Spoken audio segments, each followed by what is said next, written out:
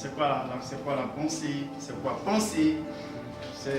C'est quoi la conscience? Comment est-ce qu'on peut percevoir cela? Et comment est-ce qu'on peut définir la pensée par rapport à la conscience? Si je m'en vais vous interroger et vous demander qu'est-ce que c'est que penser? On aura toutes les théories ici en relation avec la pensée. Penser, c'est une double réflexion sur soi, n'est-ce pas? Autrement dit, on pense et on prend conscience que nous sommes en train de penser. C'est ce qui nous distingue de l'animal. Et Descartes, lui, il soutient que penser, c'est ce qui nous distingue de l'animal. Autrement dit, nous sommes les seuls êtres à avoir cette énergie. Parce que penser, c'est de l'énergie. Ça va? Et Thomas Hobbes, par exemple, il nous dit que la conscience, c'est le fait de calculer les effets favorables. À partir du moment où nous sommes en mesure de cerner ce qui est favorable pour nous et ce qui n'est pas favorable pour nous, nous sommes en train de penser dans la logique de la pensée. Le grand philosophe Rousseau nous dira que la pensée nous ramène à ce qui est divin. On l'a vu en terminale quand il a dit pensée, juge, infaillible du bien, instinct divin. Ça va? Et Rousseau a une définition beaucoup plus poussée de la pensée. Sa logique, la pensée est ce qui nous lie pour réussir à la divinité. Donc quand on pense, on est dans le spirituel. Quand on pense, on est dans une autre sphère. Ça va? Regardez un peu ce qui s'est passé dans le jardin d'Éden.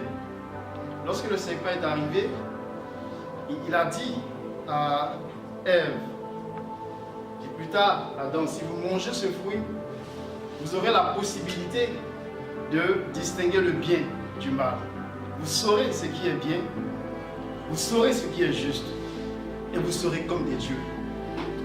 Du coup, on comprend que à partir du moment où nous sommes en mesure de cerner, de faire le distinguo entre le bien et le mal, nous sommes en train de nous rapprocher de la divinité.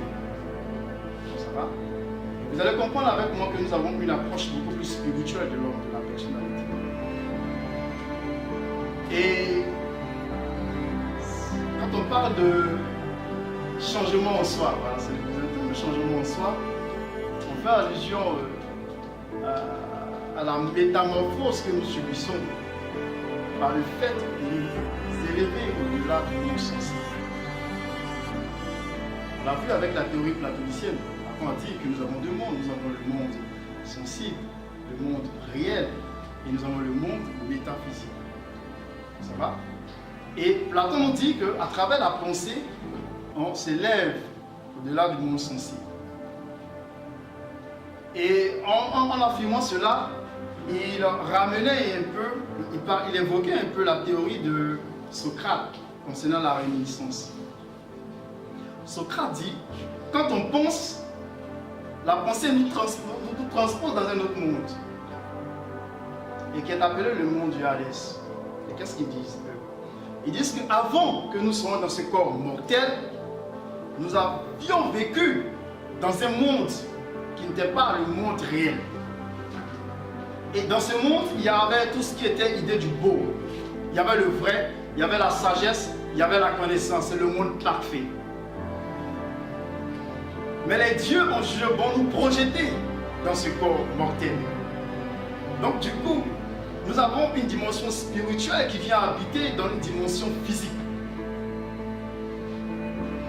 Et ce qui fait que tout le monde ne pense pas.